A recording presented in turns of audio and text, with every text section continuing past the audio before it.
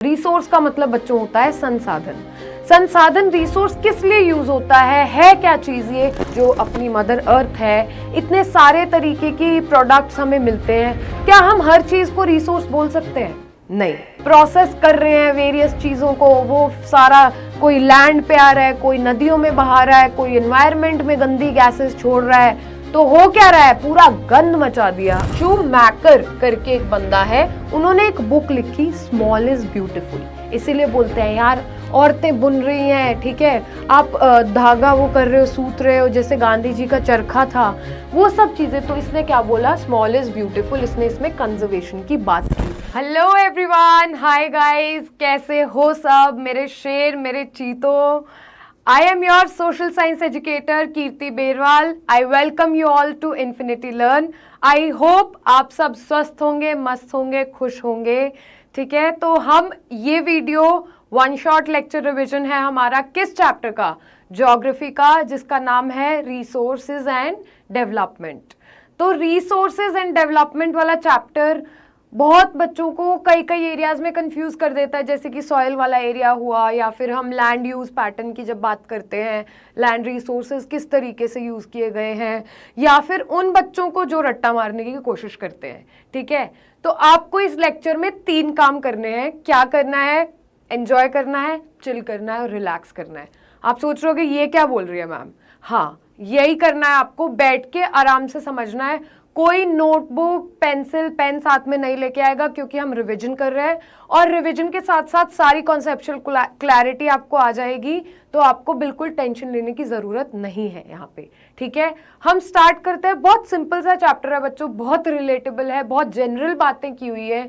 आपको लगेगा कि न सिर्फ ज्योग्राफी, हम एनवायरनमेंट के बारे में भी पढ़ रहे हैं, और एनवायरनमेंट के बारे में नहीं, बल्कि हम कैसे अपने एनवायरनमेंट को प्रोटेक्ट कर सकते हैं, वही जनरल बातें हैं। कहाँ किसने मीटिंग ली, उसमें क्या डिसाइड हुआ, उससे हम आज क्या कर रहे हैं, तो बहुत रिलेट कर सकते हो आप करंट अफेयर्स से, प्रेजेंट चीज़ों से।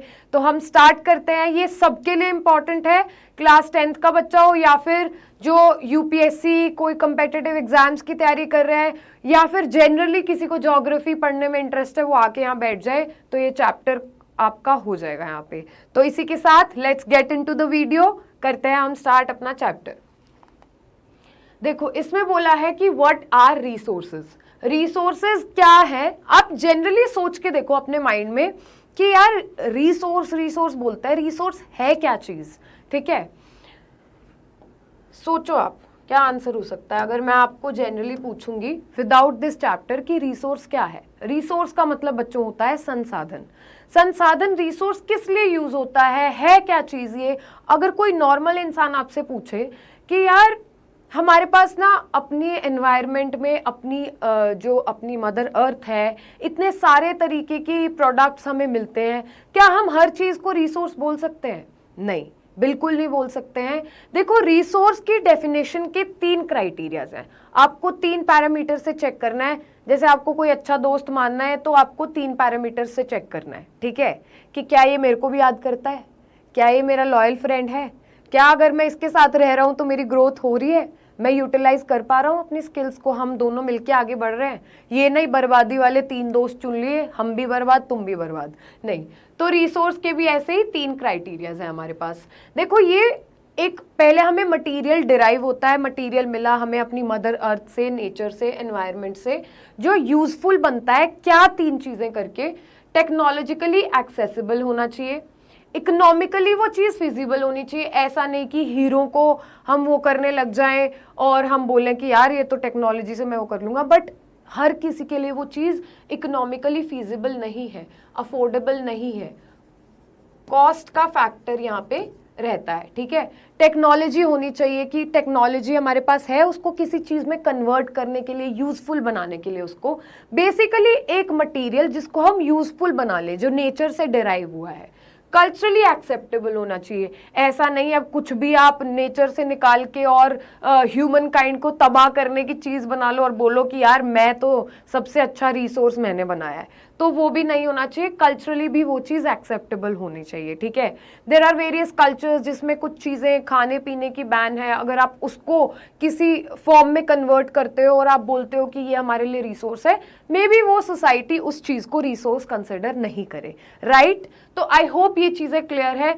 रिसोर्स देखो बच्चों क्या होते हैं, फ्री गिफ्ट्स नहीं होते, ये बात हमें बहुत ध्यान रखने की जरूरत है, क्योंकि क्या करते हैं, पहले के लोगों को बिल्कुल समझ नहीं होती थी, तो वो पर वहां पे प्रॉब्लम ये नहीं थी, पहले मतलब बहुत पहले की बात अगर हम करें, वो रिसोर्सेज तो थे उनके पास, पर उनके पास टेक्नोलॉजी ही नहीं थी, तो वो रिसोर्सेज के बीच में रह के भी उनका यूज नहीं कर पाते थे।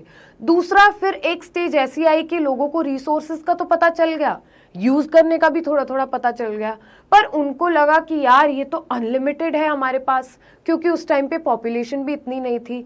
तो ग्रेजुअली आगे चल के लोगों को रियलाइज हुआ, जहां से हम ये चीज आज बोलते हैं पढ़ते हैं, कि ये फ्री गिफ्ट्स नहीं है नेचर के, ये नहीं है कि जितना मन किया यूज कर लो, क्योंकि उससे तो फिर खत्म होते जा रहे हैं, इसीलिए तो प्रॉब्लम आ रही है, इसीलिए तो लड़ाइयां हो रही है, डिप्लीट हो रहे हैं रिसोर्सेज, खत्म हो रही है क्वांटिटी इनकी, ठीक है।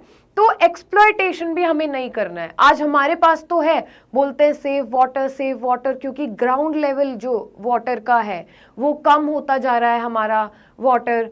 तो क्यों बोलते हैं, क्योंकि आज मेरे पास पानी है नहाने को, 2 बाल्टी में मस्त नहा रही हूँ, मैंने गाड़ी भी साफ कर ली, पौधों को भी दे दिया, सब कर लिया, बट दैट वाटर जो फ्रेश वाटर है हमारे यूसेज के लिए, वो लिमिटेड है, वो लिमिटेड है, तो वो खत्म भी हो सकता है, वो खत्म हो सकता है, तो वो क्या है, फ्री गिफ्ट नहीं है नेचर का, गिफ्ट तो है बट इट्स नॉट फ्री, एक कॉस्ट है उसको यूज करने की, कि वो आगे वाली जनरेशन्स के लिए खत्म हो सकता है, वो हमारे लिए भी खत्म हो सकता है अगर उसको ओवर एक्सप्लॉइट करेंगे। पानी नहीं होगा, जहां और चीजों में हमें पानी चाहिए, वो नेचर के प्रोडक्ट्स ग्रो नहीं कर पाएंगे, ठीक है, हमारे पास क्रॉप्स नहीं होंगी, तो देयर इज अ कॉस्ट की जिस पे डिप्लीशन आप कर रहे हो रिसोर्सेज की।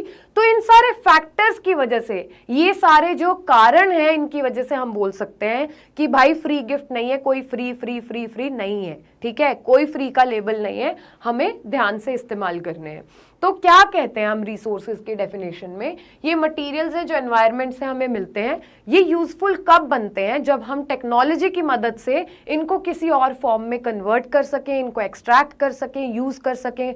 बहुत मिनरल्स हैं, बहुत तरह की चीजें हैं जो अवेलेबल है हमारे पास, पर अगर हमारे पास उसके लिए पर्याप्त टेक्नोलॉजी नहीं है, सफिशिएंट टेक्नोलॉजी जो उसकी पर्टिकुलर डिमांड है, तो हम यूज नहीं कर पाएंगे। अगर वो इकोनॉमिकली फीजिबल नहीं है, बहुत सारे ऐसे रिसोर्सेज हैं बच्चों अपने अर्थ पे, डिफरेंट कंट्रीज की ज्योग्राफिकल लोकेशंस पे, जो लोग नहीं निकालते हैं, क्योंकि उनको एक्सट्रैक्ट करना हमारे नेचर से, एनवायरनमेंट से बहुत महंगा है। तो इसलिए वो जब कॉस्ट और उसका रिटर्न यूटिलाइजेशन रेशो देखते हैं, तो कंट्रीज बोलते हैं ना भैया जी, हमें तो इस चक्कर में पड़ना ही नहीं है। फिर कल्चरली एक्सेप्टेबल की बात मैंने आपको समझाई, तो ये 3 क्राइटेरियाज है। ये आपका एनसीईआरटी का फ्लो चार्ट डायग्राम, जो इसको बोलना चाहो आप, ये देखो ऐसे इनोवेटिव तरीके से भी आप लिख सकते हो, फटाफट लिखा, फिजिकल एनवायरनमेंट, नेचर, टेक्नोलॉजी और इंस्टीट्यूशंस, इंटरडिपेंडेंट रिलेशनशिप है नेचर में, नेचर से डिराइव होगा, फिजिकल एनवायरनमेंट से वो, फिर हम टेक्नोलॉजी को यूज़ करेंगे उसको वो कन्वर्ट करने के लिए, एक्सट्रैक्ट करने के लिए, कुछ भी। इंस्टीट्यूशंस है हमारे पास जो हमें ये गाइडेंस देंगे कैसे करनी है, क्या वेरियस इंस्टीट्यूशंस हैं जो रिसोर्सेज प्रोवाइड करेंगे एक रिसोर्स को निकालने के लिए, उसको यूज़ करने के लिए। तो क्या है, ये तीनों की इंटरडिपेंडेंस से हम क्या करते हैं, ह्यूमन बींग्स रहते हैं, रिसोर्स एक्सट्रैक्ट करते हैं। तो इंटरडिपेंडेंट रिलेशनशिप बिटवीन हुम, नेचर, टेक्नोलॉजी एंड इंस्टीट्यूशंस, इसमें सबसे बड़ा रोल ह्यूमन बींग्स का है। अगर वही नहीं होंगे तो ऑफ कोर्स निकाल नहीं सकते। पत्थर से पत्थर किसने भिड़ाया, आग किसने बनाई, व्हील इन्वेंट किसने किया, अर्थ पे बहुत सारे रिसोर्सेज तो अवेलेबल थे, यूज किसने किया, जब ह्यूमन बींग्स पिक्चर में आए, उन्होंने अपना दिमाग यूज किया, उनकी हंगर बढ़ी, नीड बढ़ी, क्यूरियोसिटी बढ़ी नेचर को लेके, तभी तो रिसोर्सेज आज हैं हमारे पास। नहीं तो सन तो यूनिवर्स पता नहीं कितने करोड़ों सालों से ये एग्जिस्ट कर रही हैं चीजें, बट जैसे जैसे जैसे जैसे ह्यूमन माइंड क्यूरियस हुआ, आगे बढ़े, तो वैसे वैसे हम कहाँ चलते गए, प्रगति की राह पर, और दूसरा साथ साथ बर्बादी की राह पर। लालची भी तो होते गए ना हम। थोड़ी सी मम्मी थोड़ी ढील दे दे, आप कहते हो मम्मी यार 8 बजे आ जाऊंगा, फिर मम्मी थोड़ी कहती चलो कोई नहीं बेटा यार आज, अगले दिन 10 बजे आके घुसते हो घर में, मम्मी बोलती है मैं बताती हूँ तुझे, रुक। तो ह्यूमन बींग्स टेक्नोलॉजी यूज करते हैं और इनको ट्रांसफॉर्म करते हैं। आई होप इससे आपको क्लियर है। अब पिक्चर एग्जैक्टली क्लियर है। कोई रिसोर्स बोलेगा 3 चीजें फटाफट आ जाएंगी, बोलो 3 चीजें कौन सी हैं? टेक्नोलॉजी, और दूसरा वर्ड कौन सा आएगा? इकोनॉमिकली फीजिबल और कल्चरली एक्सेप्टेबल। इसी से हम रिसोर्सेज को यूजफुल बनाते हैं। अब रिसोर्सेज की कैटेगरी है, देखो अब जब रिसोर्स होगा बच्चों हमारे पास, उसका टाइप भी होगा। अब सब एक तरह के रिसोर्स तो नहीं होंगे, सब एक कैटेगरी में तो हम नहीं डाल सकते हैं। अब उसकी अवेलेबिलिटी है, उसको रीयूज कर सकते हैं कि नहीं, कौन कितना जल्दी खत्म हो सकता है, ठीक है, एक बार खत्म हो गया तो दोबारा आ सकता है कि नहीं। तो इन तरह की क्राइटेरियाज पे हमारे ये हैं। ओरिजिन की बेसिस पे हम पहला क्लासिफिकेशन वो करते हैं कि बायोटिक है या एबायोटिक है। वो लिविंग रिसोर्स है, जैसे प्लांट्स हुए, एनिमल्स हुए, तो उसको हम बोलेंगे बायोटिक। एबायोटिक क्या होगा? नॉन लिविंग रिसोर्सेज, जैसे मिनरल्स हुए, वाटर्स हुए, ठीक है, जो जीवित नहीं है, ये जीवित रिसोर्सेज की कैटेगरी में आते हैं। लिविंग रिसोर्सेज, प्लांट्स, एनिमल्स, इनको भी हम ओरिजिन के बेसिस पे कि कैसे आए हैं वो, ठीक है। दूसरा एग्जॉस्टिबिलिटी, कि खत्म कैसे हो सकते हैं, किस रफ्तार पे। रिन्यूएबल रिसोर्स और नॉन रिन्यूएबल रिसोर्स। अब रिन्यूएबल रिसोर्सेज कौन से होते हैं? जो रीप्लेनिश हम जिनको कर सकते हैं, जैसे सोलर एनर्जी हुई, फॉरेस्ट हुए, ठीक है, हम इनको दोबारा उत्पन्न कर सकते हैं, ठीक है, ये हो सकते हैं पैदा ऑटोमेटिकली, मतलब आ सकते हैं यूज में, हम रीप्लेनिश कर सकते हैं, घड़ा खाली हो गया तो उसका भर सकते हैं। नॉन रिन्यूएबल एग्जॉस्टेबल रिसोर्सेज कौन से होते हैं? जिनके लिए इतनी डिस्कशंस है पूरे वर्ल्ड में कि भाई ये खत्म हो जाएंगे, थोड़ा बच के इस्तेमाल करो। कोल हुआ, पेट्रोलियम हुआ, ये वो वाले रिसोर्सेज हैं कि इनका अगर डिप्लेशन हो गया तो ये दोबारा रीप्लेनिश हम इनको नहीं कर सकते हैं। तो लिमिटेड अवेलेबिलिटी है इनकी, दोबारा नहीं आ सकते हैं ये। इसीलिए बार बार बोला जाता है कि कोल की बजाय हम किस पे, इलेक्ट्रिक व्हीकल्स पे स्विच करें, कोल से एनर्जी ना डिराइव हो, इलेक्ट्रिसिटी की प्रोडक्शन की बजाय हम सोलर एनर्जी पे डिपेंडेंट हो, क्योंकि क्या है ये ग्रेटर क्वांटिटी में दोबारा आ सकते हैं, इसलिए इनको बोलते हैं। फिर बात आती है ओनरशिप की, कि कौन इसका मालिक है। देखो हमारा मालिक तो भगवान ही है, पर रिसोर्सेज की ओनरशिप की बात है कि इंडिविजुअल के पास है वो रिसोर्स, जैसे उसका फार्मलैंड हुआ, ठीक है, प्राइवेट इंडिविजुअल्स इसको ओन करते हैं। दूसरा आता है कि कुछ फिर चंद लोग मिलके, कम्युनिटी के लोग जो शेयर करते हैं, जैसे कि ग्रेजिंग ग्राउंड्स हो गए, तालाब हो गए, गांव में बहुत आपने देखे होंगे। तो इसको क्या होता है, इसको सब यूज कर सकते हैं, कम्युनिटी मिलके यूज कर सकती है एक एरिया में। फिर आता है नेशनल लेवल पे, जो हमारी सरकार के अंडर है, क्योंकि ऐसे तो है नहीं सबको एक्सेस दे दिया फिर तो पता नहीं लोग क्या कर लेंगे उनके साथ। तो ये नेशन या गवर्नमेंट ओन करती है, जैसे रोड्स हुए हमारे, रिवर्स हुई, तो ये क्या होते हैं, हमारे नेशनल लेवल पे रिसोर्सेज होते हैं। फिर आता है इंटरनेशनल, मैनेज्ड ग्लोबली, जैसे कि ओशंस हैं, पूरी कंट्रीज, मतलब एक ओशन है वो पता नहीं कितनी कंट्रीज को वो सराउंड कर रहा है, ठीक है, सराउंड कर रही है कंट्रीज उसको। तो ओशन रिसोर्सेज बियॉन्ड क्या, एक्सक्लूसिव इकोनॉमिक जोन्स, एक स्पेसिफिक एरिया दे देते हैं। देखो जैसे आपने जनरली भी देखा होगा, एक जो घर होते हैं डिफरेंट, उनके बाहर एक थोड़ा सा एरिया है कि यार यहाँ पे आप अपना गार्डन बना सकते हो। फिर एक एरिया आता है कि यार यहाँ पे पूरी कम्युनिटी का गार्डन है, सबका शेयर है, कोई भी यहाँ पे आके वो चल फिर सकता है, यूज कर सकता है, पर कुछ रूल्स होंगे मे बी सोसाइटी के। तो ऐसे ही अगर बड़े लेवल पे बात करें, पूरे अर्थ के लेवल पे बात करें, तो ओशंस में बच्चों भंडार है चीजों का, बहुत सारे रिसोर्सेज हैं। अब ऐसे तो सारे कुछ ना कुछ एक्सट्रैक्ट करती रही कंट्रीज उसमें से, फिर कोई कहे कि मैं ज्यादा लूंगा, कोई कहे मैं ज्यादा लूंगा, आपस में लड़ाई हो सकती है, वहां पे युद्ध छिड़ सकते हैं। और दूसरा सिक्योरिटी की भी बात है कि अगर पूरा ओशन है, जो कि सबसे बड़ा थ्रेट है इंडिया को, आप देखो कैसे ज्योग्राफी कहाँ रिलेट हो जाती है।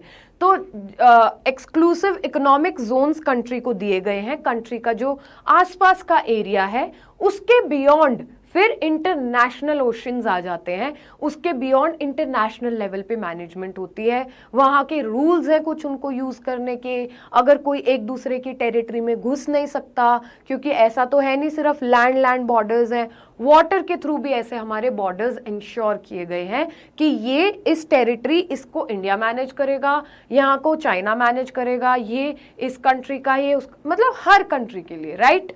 एक एक्सक्लूसिव इकोनॉमिक जोन्स भी हैं कि आपको कुछ भी रिसर्च करनी है, नए नए प्रकार के आपको रिसोर्सेज निकालने हैं वहाँ से, कुछ भी वो करना है आपको उस एरिया में, या फिर उससे आपको यूज़ करना है किसी भी तरीके का, वहाँ से प्रोडक्ट्स आपको लेने हैं, तो वो आप सिर्फ अपनी टेरिटरी में कर सकते हो। और उसके इंटरनेशनल लेवल पे आके सारी कंट्रीज लगभग मिलती हैं, डिसाइड करती हैं, फिर ये रूल्स बनते हैं, और जिन रूल्स की सहमति पे हम सबको, नेशंस को, देश सब होते हैं जो उनको चलना पड़ता है, और जो नहीं चलते हैं फिर वो क्या करते हैं, कुछ जो शरारती बच्चे होते हैं ना क्लास में भी, जो नहीं कहना मानते हैं, नहीं रूल्स फॉलो करते हैं, उसकी वजह से पूरी पूरी क्लास को पनिशमेंट मिलती है, राइट। ऐसे ही कंट्रीज भी होती हैं, बड़ी शैतान कंट्रीज हैं, चाइना फॉर एग्जाम्पल, जो नहीं रूल्स को फॉलो करती है, ब्रीच करती है, और फिर क्या होता है, इंटरनेशनल लेवल पे दखल अंदाजी करनी पड़ती है ऑर्गेनाइजेशंस को, जैसे यूएन हुआ, डिफरेंट ऑर्गेनाइजेशंस होती हैं कि भाई अपनी हद में रहो, ठीक है, हमें चाहिए नहीं है कि आप आओ इंडिया के ऊपर कब्जा करने की कोशिश करो, ऐसे थोड़ी हम वो कर देंगे। तो ये सारी चीज़ें होती हैं। तो ये ओनरशिप है। ओनरशिप क्या हो सकती है, प्राइवेट इंडिविजुअल्स की हो सकती है, फिर उससे थोड़ा बड़ा दायरा कम्युनिटी की, फिर नेशनल लेवल पे, और फिर क्या, इंटरनेशनल लेवल पे। ऐसे ही एग्जॉस्टिबिलिटी है हमारे पास कि उसको रिन्यू करा जा सकता है, रीप्लानिश किया जा सकता है, या फिर वो खत्म हो जाएगा एक बार यूज़ करने के बाद। तो उसमें आते हैं कोल, पेट्रोलियम, इसीलिए बोलते हैं कि रेड लाइट पे अपनी बत्ती ऑफ कर दिया करो एक्टिवा की। ऑरिजिन बायोटिक है, बायोटिक की वो जीवित है या अजीवित है, जैसे कि हमारे पास मिनरल्स हुए, वाटर हुए, उसमें कोई प्राण नहीं है, दैट इज नॉट लिविंग। और ये क्या होते हैं, प्लांट्स, एनिमल्स, क्या जीवित रिसोर्सेज हैं, लिविंग रिसोर्सेज हैं, तो इनको बायोटिक बोलते हैं। आई होप दिस इज क्लियर, सबको समझ आ रहा होगा। जिसको समझ आ रहा है थम्स अप दो कमेंट बॉक्स में। स्टेटस ऑफ डेवलपमेंट, पोटेंशियल, देखो उसको डेवलप किया जा सकता है कि नहीं, पोटेंशियल है कि नहीं, ठीक है। कोई बोले मुझे तो सिंगर बनना है, ऐसे बेसुरी आवाज के साथ आ जाएगा कोई म्यूजिक रूम में कि सर मेरे को तो सिंगर बना दो, नहीं, उसमें भी चूज करते हैं कि हाँ भाई थोड़ा गा के दिखाओ, थोड़ा पोटेंशियल है आपके पास, जिसको हम थोड़ी स्किल को पॉलिश करके आपको एक म्यूजिशियन की तरह यूज कर सकते हैं, मतलब किसी कंपटीशन में, किसी भी चीज में। तो वो बात है कि पोटेंशियल है, प्रेजेंट तो है, बट अभी यूज नहीं किया गया है, तो ये पोटेंशियल रिसोर्स की कैटेगरी में आता है कि स्टेटस ऑफ डेवलपमेंट क्या है, किस डेवलपमेंट की स्टेज पे है वो। एक है पूरी तरीके से डेवलप्ड, फुली सर्वेड है वो और रेडी टू यूज है, तो ये डेवलप्ड रिसोर्स में आता है।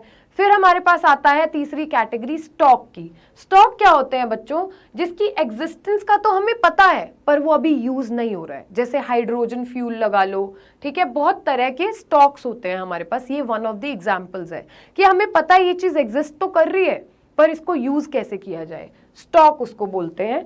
फिर आते हैं रिजर्व्स, जैसे हम बोलते हैं फॉरेस्ट रिजर्व्स, वाटर रिजर्व्स, कि अवेलेबल तो है यूज के लिए विद एग्जिस्टिंग टेक्नोलॉजी, जैसे वाटर रिजर्व्स हैं उनको यूज कर सकते हैं कैसे हम, फॉरेस्ट रिजर्व्स हैं they are available but existing technology की यूज के साथ उसको वो कर सकते हैं हम, तो उसको रिजर्व्स बोलते हैं।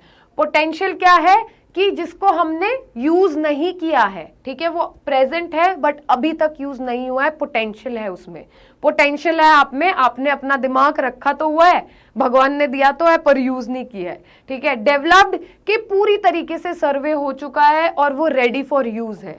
स्टॉक क्या होता है, रिसोर्सेज जो नॉन एग्जिस्टेंस तो है उनकी पर क्या किया गया, अभी उनका कोई करंट यूसेज नहीं है फिलहाल, hydrogen fuel. Potential, developed and stock. Reserves क्या होते हैं कि अवेलेबल है यूज के लिए एग्जिस्टिंग टेक्नोलॉजी के इस्तेमाल से, जो हमारे पास अभी टेक्नोलॉजी है। तो ये 4 कैटेगरीज हैं, बेसिस है क्लासिफिकेशन के, इसमें वेरियस कैटेगरीज हैं, ओरिजिन है, एग्जॉस्टिबिलिटी है, ओनरशिप है और स्टेटस ऑफ डेवलपमेंट है। इनके बेसिस पे हम रिसोर्सेज को कैटेगराइज करते हैं, उसमें फर्दर कैटेगराइजेशन है। आई डोंट थिंक सो अब इसके बाद आप बच्चों को डिफिकल्टी नहीं आएगी ये याद करने में। फिर हम आगे बढ़ते हैं, ये भी आपकी एनसीईआरटी का ही है फ्लो चार्ट, इसको बच्चों को समझने में दिक्कत आती है। देखो, रिसोर्सेज नेचुरल भी हो सकते हैं और रिसोर्सेज ह्यूमन भी हो सकते हैं। ह्यूमन रिसोर्स HR एक कैटेगरी होती है, फिर आगे जाके जिसमें बच्चे MBA भी करते हैं, हर कंपनी में HR होता है। क्योंकि देखो, जो हम ह्यूमंस हैं ना बच्चों, हम भी रिसोर्स हैं। ऑफ कोर्स हमारी ही मदद से कितने काम हो रहे हैं, हम बिल्डिंग बना रहे हैं, रोड बना रहे हैं, हम अपनी स्किल्स को यूज करके, इंजीनियर है कोई डांसर है, कोई म्यूजिशियन है, ठीक है, हर किसी का अपना अपना रिसोर्स है, वो रोल है। तो अगर हम रिसोर्स हैं ह्यूमंस भी, तो हमारी यूजेज भी होगी कोई ना कोई, ठीक है। कंपनी में मान लो कोई IT सेक्टर में काम कर रहा है, कोई किसी सेक्टर में काम कर रहा है, फिर इसमें भी कैटेगरी होती है। देखो, ह्यूमन रिसोर्स में ह्यूमन स्ट्रक्चर्स और इंस्टीट्यूशंस में काउंट होते हैं, ठीक है। दूसरा, इनको क्वांटिटी और क्वालिटी के बेसिस पे काउंट कर सकते हैं हम। इंस्टीट्यूशंस में वेरियस इंस्टीट्यूशंस होते हैं जो जिसमें ह्यूमंस का काम होता है, ठीक है। हम ही रोल प्ले करते हैं उन इंस्टीट्यूशंस को डेवलप करने में, ठीक है, उनका पार्ट होते हैं हम, वेरियस स्ट्रक्चर्स का पार्ट होते हैं ह्यूमन बींग्स। तो दूसरा क्या होता है, क्वांटिटी और क्वालिटी रिसोर्स। क्वांटिटी क्या हुआ, देखो अब किसी क्वांटिटी इज नंबर, कितने लोग हैं, ठीक है, उस बेसिस पे साइज ऑफ दी उस सेट ऑफ डेटा जो भी है, ह्यूमन बींग्स हैं, उसमें काम कर रहे हैं, किसी भी लेवल पे हम काउंट कर रहे हैं। दूसरा क्या होता है, क्वालिटी। अब किसकी एबिलिटी कैसी है, स्किल कैसा है, ठीक है। एक होता है, एक कंपनी है, 500 एम्प्लॉयज है, क्वांटिटी। क्वालिटी, कौन कैसा काम कर सकता है, कोई HR में मैनेज कर रहा है, ह्यूमन रिसोर्स कोई मैनेज कर रहा है, ठीक है, कोई IT सेक्टर में है, कोई मैनेजमेंट लेवल पे है, कोई सपोर्टिंग स्टाफ है। तो वो क्वालिटी किसका क्या स्किल सेट है, क्या एजुकेशन है, क्या एबिलिटी है, उसके बेसिस पे उसको काम देना, राइट। फिर नेचुरल रिसोर्सेज में क्या होता है, रिन्यूएबल, ऑफ कोर्स हमने पढ़ा, नॉन रिन्यूएबल। अब इसमें भी कैटेगरीज होती हैं बच्चों। रिन्यूएबल में 2 तरीके के रिसोर्सेज हमारे पास हो सकते हैं, कॉन्टिन्यूअस और फ्लो, जैसे कि विंड हुआ, वाटर हुआ, जिनकी कांस्टेंट सप्लाई है हमारे पास, ठीक है। बायोलॉजिकल रिसोर्सेज कौन से होते हैं हमारे यहाँ पे, ये देखो, कॉन्टिन्यूअस और फ्लो, विंड, वाटर, बायोलॉजिकल हुआ, natural vegetation, forest, wild life, ठीक है। एक टाइम पे एक कांस्टेंट नंबर है उनका, रिप्लेनिश तो हो सकते हैं पर कांस्टेंट सप्लाई नहीं है, ठीक है। फॉरेस्ट है, डिप्लीट हो रहा है तो ग्रो होने में टाइम लगेगा। अब सन का क्या है, सोलर एनर्जी कांस्टेंट आएगी। विंड हमारे पास कांस्टेंट, इसलिए उसको क्या बोलते हैं, कॉन्टिन्यूअस, लगातार आ रही है, फ्लो मेंटेन्ड है।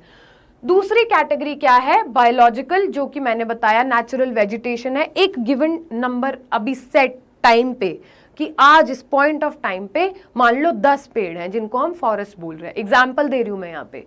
अब अगर उसमें हमें 11वां पेड़ ग्रो करना है या फिर 9 रह गए, 10वां काट दिया हमने, तो उसको ग्रो करने में टाइम लगेगा। तो ठीक है, उसकी कांस्टेंट सप्लाई नहीं है हमारे पास, पर उसको हम रिप्लेनिश कर सकते हैं। वाइल्ड लाइफ सेम, जैसे अब एलिफेंट है, 10 एलिफेंट है, वहां पे कोई एलिफेंट पैदा होगा, 11 हो गए, पर ऐसा तो है नहीं ना, कांस्टेंट सप्लाई होगी। टाइगर्स हुआ, लायन हुआ, तो ये हमारी वाइल्ड लाइफ की बात है।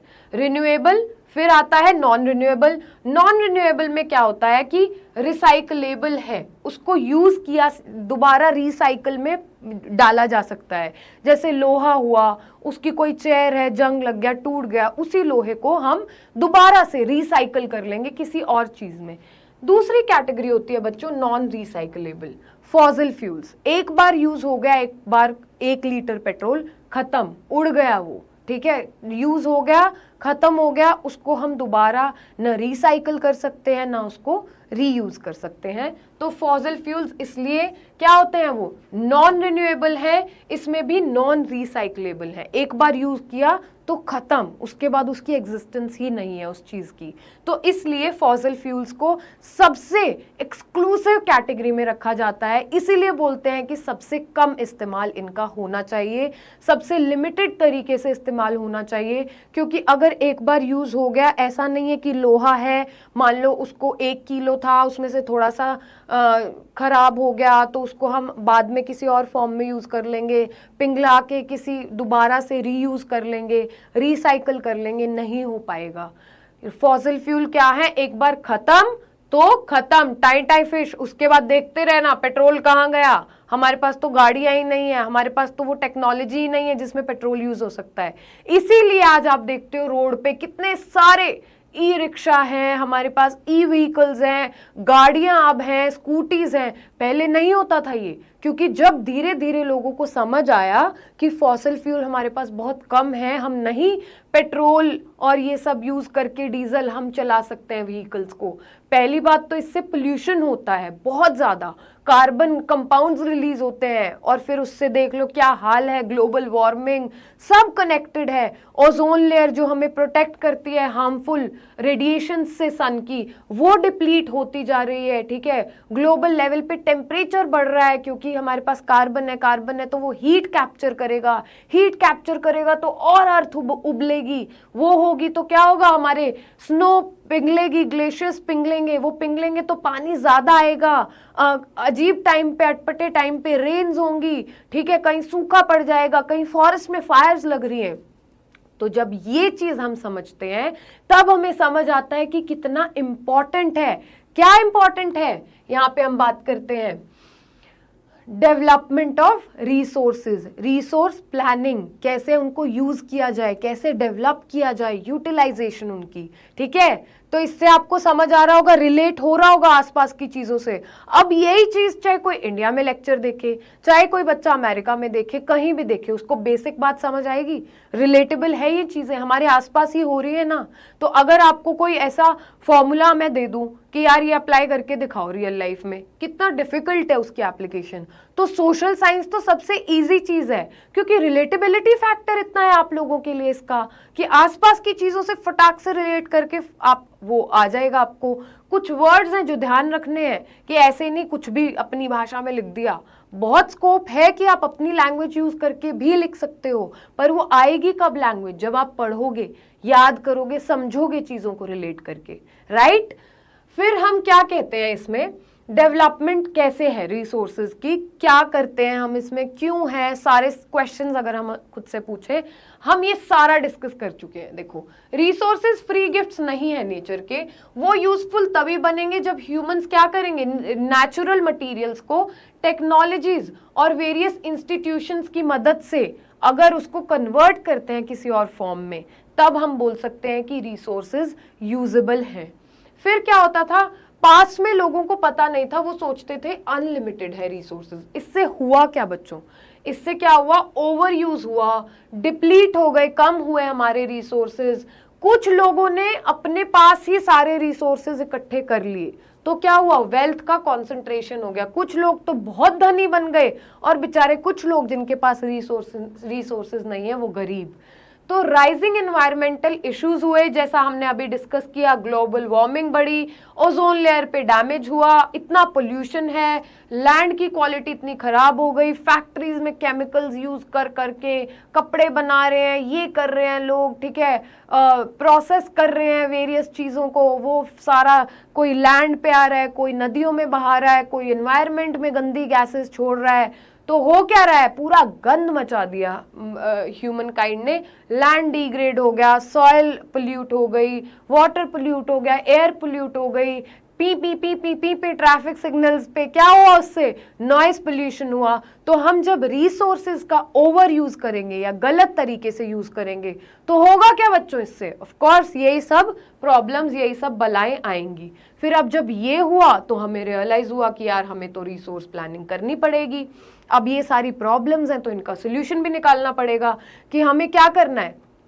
अब बिल्कुल इसमें मत देखो, सिंपल सी बात है यार, डिस्कस करते हैं क्या करना है। अगर प्रॉब्लम होगी तो हम करेंगे क्या, उसका सोल्यूशन निकालेंगे। सोल्यूशन, प्रॉब्लम जब ये है कि ओवर यूज हो रहा है तो हम कहेंगे यार थोड़ा तमीज से यूज कर लो, सबके लिए छोड़ दो। तो उसको ही क्या बोलेंगे, जुडिशियसली यूज करो और इक्विटेबली यूज करो, कि उसको समझदारी से भी यूज करो और सबको बराबरी से थोड़ा थोड़ा। जैसे माँ अपने बच्चों में फर्क नहीं करती है ना, तो ऐसे ही मदर नेचर ने भी अपने बच्चों में फर्क करके नहीं भेजा है, सबके लिए रिसोर्सेज हैं तो वो मेंटेन रहना चाहिए। फिर क्या होता है, लॉन्ग टर्म सस्टेनेबिलिटी इंश्योर करो। ऐसा मत करो कि आप इतना वाटर यूज कर रहे हो, इतने फॉसिल फ्यूल्स यूज कर रहे हो, सस्टेनेबल नहीं है वो। मतलब वो लंबे टाइम पीरियड तक अगर वैसे ही आप उसको यूज करते गए तो वो चलेगा नहीं वैसे काम। तो सस्टेनेबिलिटी लेके आओ।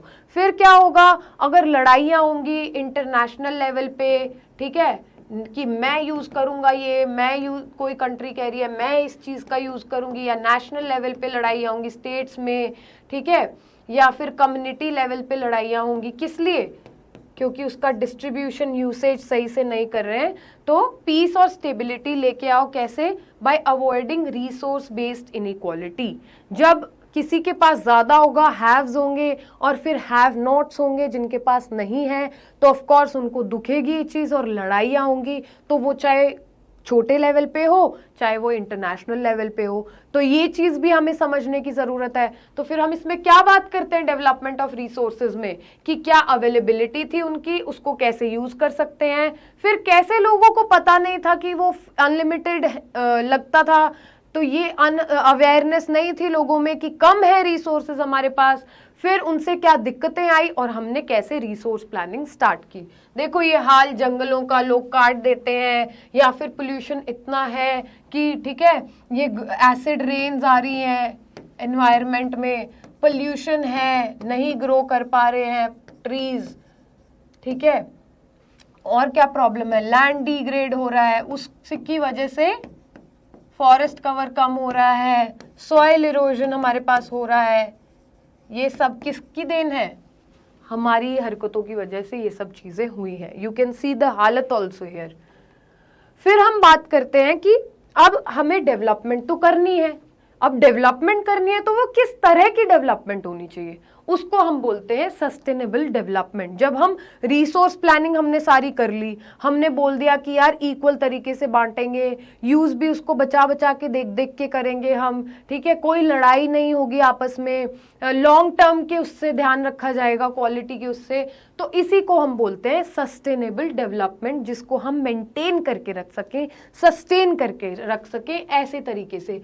क्या है इसके प्रिंसिपल्स, मीटिंग टुडेज नीड्स, आज की जरूरतें तो पूरा हो, ऐसा नहीं है कि आप यूज नहीं कर सकते हो, हार्म किसको नहीं करना है, ability of future generations to meet theirs. मेरे पास आज पानी है तो मेरे बच्चों के पास भी पानी होना चाहिए, उनके बच्चों के पास भी पानी होना चाहिए, उस तरीके से सोचना है हमें, ठीक है। जैसे प्रमोट क्या करता है, एनवायरमेंटली रिस्पॉन्सिबल होगी डेवलपमेंट इससे, और सोशली इंक्लूसिव होगी। देखो सोशली सबके पास रिसोर्सेज होंगे उससे, ऐसा नहीं है कि कुछ लोग इतना अंधाधुंध इस्तेमाल कर रहे हैं और कुछ लोगों के पास है ही नहीं वो, ठीक है। तो एनवायरमेंटली हमें रिस्पॉन्सिबल बनना है और सोशली इंक्लूसिव बनना है। क्या प्रिंसिपल्स हैं, today's needs plus future needs, ठीक है, दो बातें। दूसरी एनवायरमेंटली रिस्पॉन्सिबल और सोशली इंक्लूसिव, सब भाई भाई हैं, फ्रेटर्निटी को भी मेंटेन करना है हमें।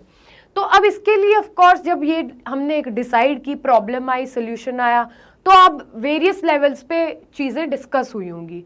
तो ऐसी ही एक मीटिंग को हम बोलते हैं जहां पे सारी कंट्रीज मिलके बैठी, एक बैठक हुई, उसको हम बोलते हैं रियो अर्थ समिट। 1992 ब्राजील में हुआ। सबने डिसाइड किया कि यार अब ये तो प्रॉब्लम है, ठीक है, अब ऑफ कोर्स प्रॉब्लम होगी तो घर पे भी क्या होता है, जॉइंट फैमिली होती है, या सबको प्रॉब्लम आई तो एक सभा बैठती है, उसमें सब मेंबर्स आके डिस्कस करते हैं कि भाई क्या दिक्कत है, इसका सोल्यूशन कैसे हम निकाल सकते हैं। तो ऐसा ही एक समिट था हमारे पास, Rio Earth summit. Rio is the name of the place, Rio de Janeiro में ये समिट हुआ, ब्राजील कंट्री में, ठीक है। तो इससे नाम पड़ा अर्थ समिट, 1992 ब्राजील में। ये एक ग्लोबल लेवल पे कॉन्फ्रेंस थी, मीटिंग थी, जहां पे 100+ वर्ल्ड लीडर्स इकट्ठे होके आए और उन्होंने डिस्कस किया कि यार ये क्लाइमेट चेंज इतना हो रहा है तो क्यों हो रहा है, ये बायोडाइवर्सिटी है हमारे पास, ठीक है, इसको हार्म हो रहा है, ये कम हो रही है, ज्यादा हो रही है, सारी चीजें। फिर सस्टेनेबल डेवलपमेंट गोल्स की बात की कि हमारे पास रिसोर्सेज हैं, कैसे बटे हुए हैं, कैसे उनको यूज कर सकते हैं, कैसे उनका ओवर एक्सप्लॉयटेशन कम कर सकते हैं। तो वेरियस लेवल पे एक्सपर्ट्स गए, डिस्कशंस हुई, फिर वो कंक्लूजन पे पहुंचे। उन्होंने क्या किया, म्यूचुअली आपस में ये डिसाइड किया कि हम क्या करेंगे। उन्होंने डेक्लेरेशन दी एक ग्लोबल क्लाइमेट चेंज पे, फिर उन्होंने सपोर्ट दिखाई फॉरेस्ट प्रिंसिपल्स के लिए, कुछ प्रिंसिपल्स आए और अडॉप्ट क्या किया वहां पे बच्चों, एजेंडा 21। ठीक है, एजेंडा 21 अब क्या है, ग्लोबल सस्टेनेबिलिटी प्लान, पूरे वर्ल्ड लेवल पे कि हम सस्टेनेबिलिटी कैसे इंश्योर कर सकते हैं, कैसे हम पा सकते हैं कि यार हम एक अच्छे से जीवन यापन कर सकें, आने वाली पीढ़ियों को भी तंग ना करें, हम इतना पोल्यूशन भी ना करें कि रहना ही दूभर हो जाए, हम कोई तरह की किसी तरह की प्रॉब्लम्स ना करें, हम नेचर से, एनवायरनमेंट से बहुत प्यार से रहें, एमिकेबल तरीके से रहें उसके साथ भी और हम आपस में भी। ऐसा ना हो कि किन्हीं कंट्रीज को फील हो रहा है कि यार हम तो रिसोर्स यूज नहीं कर सकते, क्योंकि बच्चों पता है लड़ाई किस चीज की है। अब जो हमारी यूरोपियन कंट्रीज हैं, western part of the world है, उसमें हुआ क्या, वो कंट्रीज पहले डेवलप हो गई, वहां पे इंडस्ट्रियल रेवोल्यूशन पहले आया। अब देखो हिस्ट्री का कैसे, मैं हमेशा बोलती हूं कि एक पैटर्न है, रिलेट करो चीजों को, एनवायरमेंट, ज्योग्राफी कैसे हिस्ट्री से रिलेट होगी देखना। अभी वो कंट्रीज पहले डेवलप हो गए तो उन्होंने फॉसिल फ्यूल्स हुआ, रिसोर्सेज हुए, पहले यूज कर लिया। अब पहले इतना ग्लोबल लेवल पे क्लाइमेटिक प्रॉब्लम्स नहीं थी, क्लाइमेट चेंज नहीं था उस टाइम पे, तो ये क्या था, ग्लोबल वार्मिंग, ओजोन लेयर का डिप्लीशन, ये सब चीजें नहीं थी। तो अब वो यूज करते जा रहे थे, उन्होंने फैक्ट्रीज भी लगा ली, उन्होंने डेवलपमेंट भी पा ली, उनके पास पैसे भी ज्यादा हो गए, इंडस्ट्रियल रेवोल्यूशन भी उन्होंने पहले देखा। अब लड़ाई किस बात की हो रही है वर्ल्ड लेवल पे आज के टाइम पे, अब जो डेवलपिंग या अंडर डेवलप्ड कंट्रीज हैं वो बोल रहे हैं कि यार अब हम करेंगे तो है, हम एनवायरमेंटली जो सस्टेनेबल चीजें हैं, क्लीनर फ्यूल्स हैं, यूज करेंगे, हम करेंगे सोलर एनर्जी को यूज, पर हमें ये भी बताओ कि वो तो महंगे भी पड़ेंगी चीजें। अब आपने तो मक्खन मलाई खा ली, हमें कह रहे हो कि अब सारा बर्डन आप बेयर करो। अब आपके पास पैसे भी ज्यादा है, आप रिसोर्सेज दो हमें कि हम जो अगर उसके ऑल्टरनेटिव्स यूज कर रहे हैं, मान लो हम पेट्रोल की बजाय, डीजल की बजाय अगर क्लीनर फ्यूल्स यूज कर रहे हैं, जो कि हम बोल सकते हैं ई व्हीकल्स हुआ, ठीक है, हाइड्रोजन फ्यूल्स टाइप की चीजें हुई, तो जो भी क्लीनर ऑल्टरनेटिव्स हम निकाल रहे हैं एनवायरनमेंट के लिए, वो हमें महंगा पड़ रहा है, हमारा कॉस्ट ऑफ प्रोडक्शन। ठीक है, हम कैसे डेवलप्ड स्टेज पे पहुंचेंगे, तो आप अपने हिस्से में से, ये आपकी रिस्पॉन्सिबिलिटी बनती है कि आपने जो पहले इस्तेमाल कर लिया है, आप हमें हिस्सा दोगे वर्ल्ड लेवल पे, हम उसको भी यूटिलाइज करके एक रिस्पॉन्सिबल तरीके से डेवलपमेंट करेंगे। अब ये तो कह नहीं सकते कि हो गया जी हो गया, आपने जो कर दिया, हम तो जिम्मेवार नहीं है। रिस्पॉन्सिबिलिटी तो लेनी पड़ेगी, क्योंकि क्लाइमेट चेंज का असर आज हमें पंजाब में भी दिख रहा है, हिमाचल में भी दिख रहा है, ठीक है, और फिर क्लाइमेट चेंज का असर हमें साउथ अमेरिका में भी दिख रहा है, इसमें नॉर्थ अमेरिका में भी दिख रहा है बच्चों, हर जगह क्लाइमेट चेंज का असर है। फॉरेस्ट फायर्स होती हैं वहां पे, एलए में, कैलिफोर्निया में, ठीक है, इन सब जगहों पे, और जगहों पे भी फ्लड्स आते हैं, क्लाउड बर्स्ट्स होते हैं। तो ये सब चीजें जो है ना, सबको इम्पैक्ट कर रही हैं। तो इसलिए ऐसी ऐसी कॉन्फ्रेंसेस में सबका आपस में मिलके काम करना बहुत जरूरी है। तो वहां पे हमने डिसाइड किया, क्या डिसाइड किया कि एक कॉम्प्रिहेंसिव, संपूर्ण, पूरे तरीके से कंप्लीट एक्शन प्लान होना चाहिए, ताकि हम एक सस्टेनेबल फ्यूचर सब मिलके बिल्ड कर सके। सबका साथ, सबका विकास।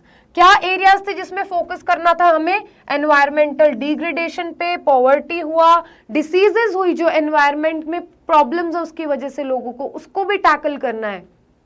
ऐसा नहीं है कि जो मिडिल इनकम कंट्रीज है, लो इनकम कंट्रीज है, वहां पे डिसीजेस आ रही हैं तो वो कंट्रीज बोलेंगे हमें क्या यार, मरो तुम। ऐसा नहीं होता है, सबकी प्रॉब्लम्स को लेके चलते हैं। फिर इंटरनेशनल लेवल पे कॉपरेशन हमें चाहिए, अगर हम ये सब डिसाइड करेंगे और हम सब रिस्पॉन्सिबिलिटी शेयर करेंगे। लोकल गवर्नमेंट्स अपने अपने लेवल पे लोकल एजेंडाज बनाएंगी सस्टेनेबिलिटी के प्लान के लिए। इसको ही क्या बोला गया, लोकल एजेंडा 21 भी इसको बोला गया।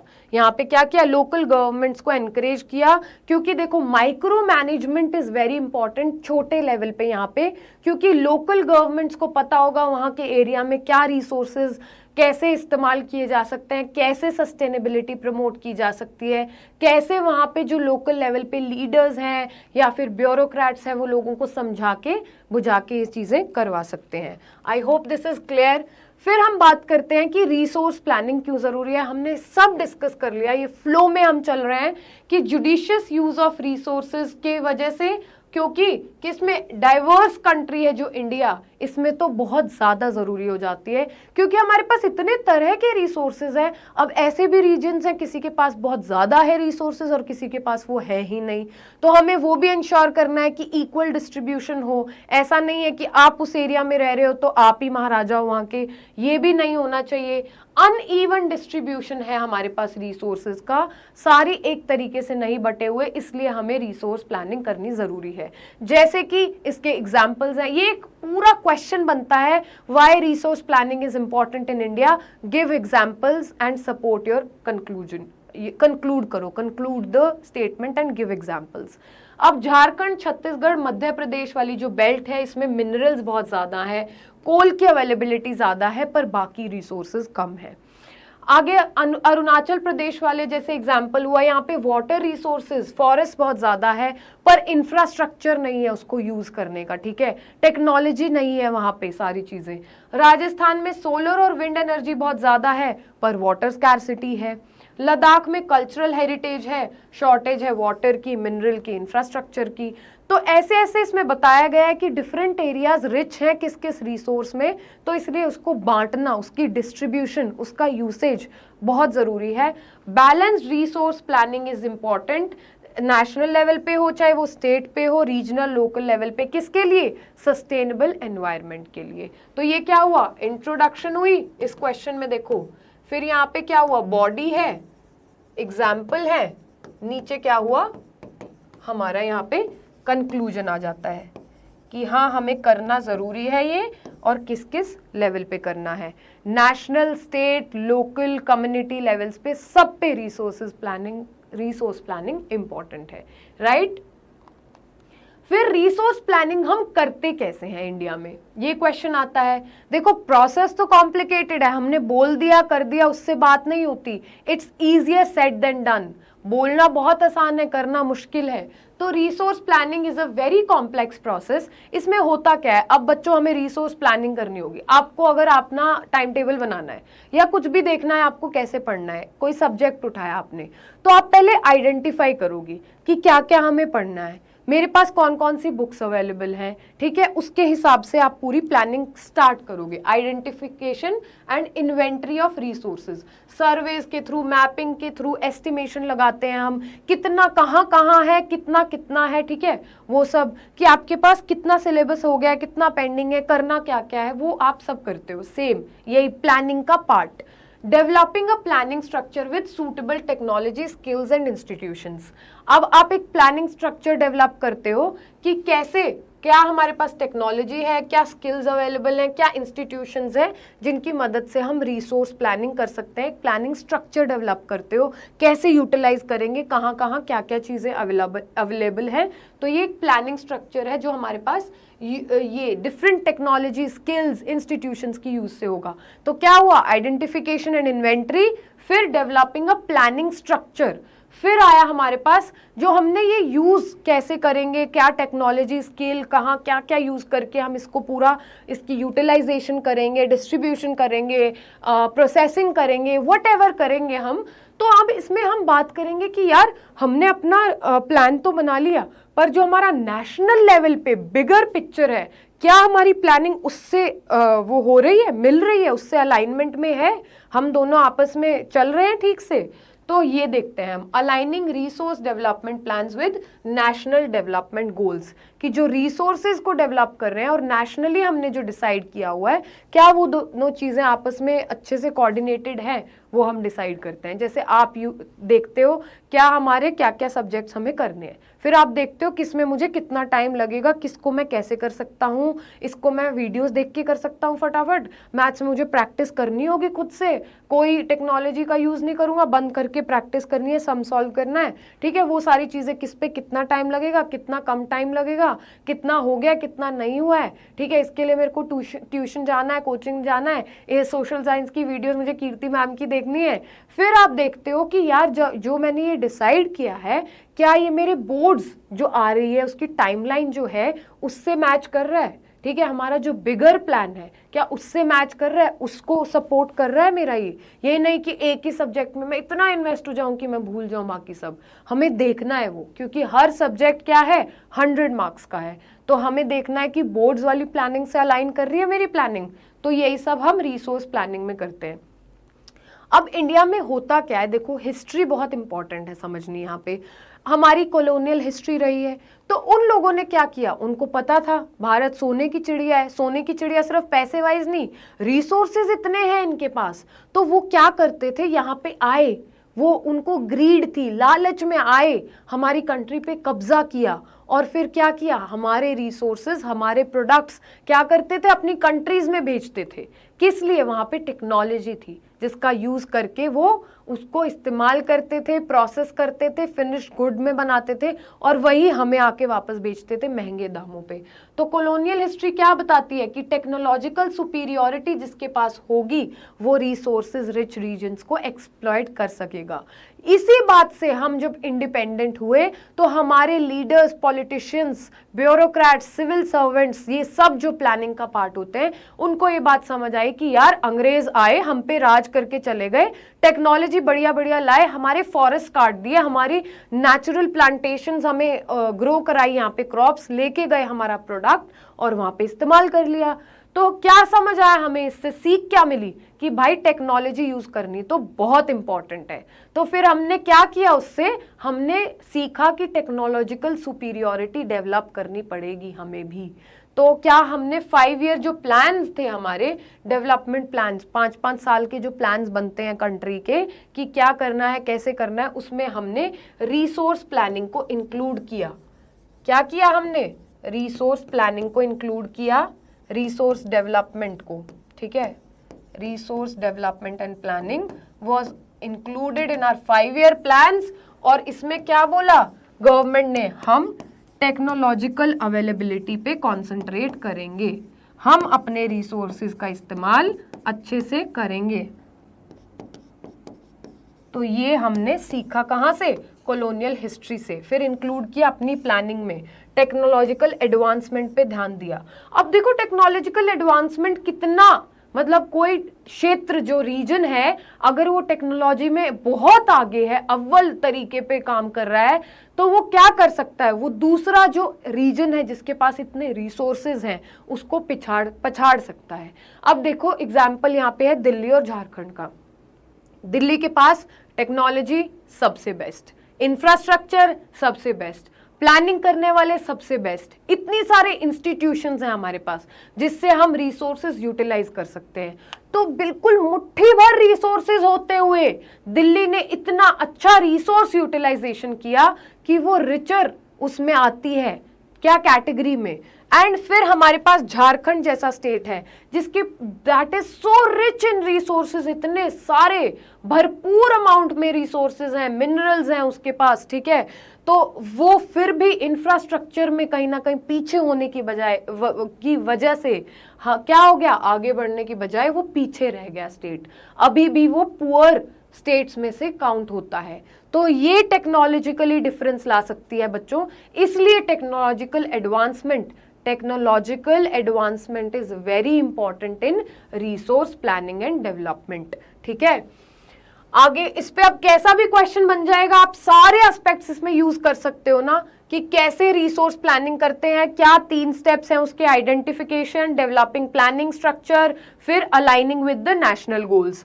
फिर हमने कैसे कैसे सीखा, क्या एग्जाम्पल दे सकते हो इसमें, 2 स्टेट्स, 2 डिफरेंट रीजन्स को कंपेयर करके आप बता सकते हो, दिल्ली झारखंड का एग्जाम्पल, ठीक है। तो आप इस ऐसे क्वेश्चन अटेम्प्ट कर सकते हो। अब जो पीछे क्वेश्चन था ना हमारे पास, देखो यहाँ पे ये नहीं है कि सस्टेनेबिलिटी पे ही क्वेश्चन आएगा। पूछ सकते हैं कि एजेंडा 21 क्या है, पूछ सकते हैं कि रियो अर्थ समिट कहाँ हुआ था, ईयर पूछ सकते हैं, क्या फॉरेस्ट प्रिंसिपल्स किस में डिसाइड हुए। तो ये सारी चीजें आपको ध्यान रखनी है, राइट। तो इसमें ही आप रिविजन कर सकते हो किसका, छोटे क्वेश्चंस का भी, कॉम्पिटेंसी बेस्ड क्वेश्चंस का भी और बड़े क्वेश्चंस का भी। तो अब ये तो हमने इंटरनेशनल नेशनल लेवल पे बात की। अब सबसे बड़ा एफर्ट क्या है पूरे इंटरनेशनल लेवल पे? अब सिर्फ अर्थ समिट तो होगा नहीं, और भी तरह के समिट्स हुए, एग्जाम्पल्स हुए, बुक्स लिखी गई जिससे लोगों को सीख मिली। तो गांधी जी का बहुत बड़ा रोल रहा है कंजर्वेशन ऑफ रिसोर्सेज में। पहले से ही बोलते हैं, गांधी जी का एक बहुत फेमस स्लोगन है कि there is enough for everybody's need but not enough for everybody's greed, कि सबकी जरूरत के लिए तो अर्थ के पास है रिसोर्सेज, पर सबके लालच को पूरा करने के लिए हमारे पास रिसोर्सेज नहीं है। तो इसलिए क्या जरूरी है? कंजर्वेशन ऑफ रिसोर्सेज, कंजर्वेशन हमें करनी पड़ेगी। गांधी जी ने बोला कि इतने बड़े लेवल पे जो प्रोडक्शन आप करते हो ये नहीं होने चाहिए। क्रिटिसाइज क्या किया? मास प्रोडक्शन को और प्रोडक्शन बाय मासेस को अप्रिशिएट किया। देखो जो मास प्रोडक्शन है उससे बच्चों होता क्या है, आप ये भी बहुत ब्यूटीफुली यूज कर सकते हो अपने क्वेश्चंस में, और advocated for production by masses.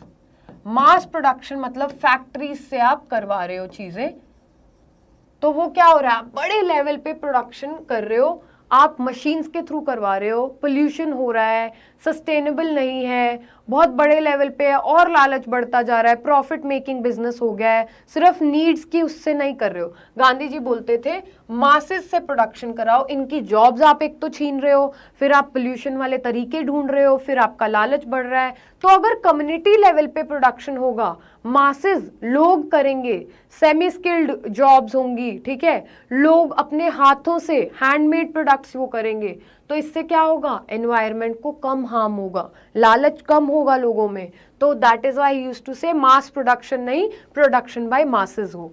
फिर इन्हीं से इंस्पायर होके गांधीयन फिलॉसफी से 1974 में जो एक बंदा है, इनका नाम क्या है, शूमैकर करके एक बंदा है, उन्होंने एक बुक लिखी स्मॉल इज ब्यूटीफुल। इसीलिए बोलते हैं यार औरतें बुन रही हैं, ठीक है, आप धागा वो कर रहे हो, सूत रहे हो, जैसे गांधी जी का चरखा था, वो सब चीजें। तो इसने क्या बोला, स्मॉल इज ब्यूटीफुल, इसने इसमें कंजर्वेशन की बात की।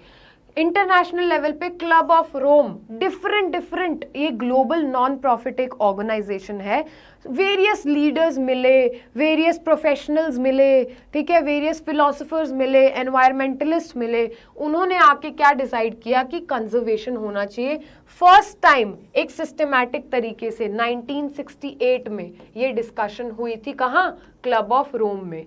गांधीयन फिलॉसफी से इंस्पायर होके बुक लिखी गई 74 में, स्मॉल इज ब्यूटीफुल, शूमैकर ने लिखी। फिर थोड़ा कंट्रीब्यूशन इसमें कंजर्वेशन में ग्लोबल लेवल पे किससे आया, ब्रुटलैंड कमीशन रिपोर्ट 1987। इसने ये क्या था, ब्रुटलैंड कमीशन, यूएन का एक, यूएन ने फॉर्म किया था कमीशन 1987 में, यूनाइटेड नेशंस।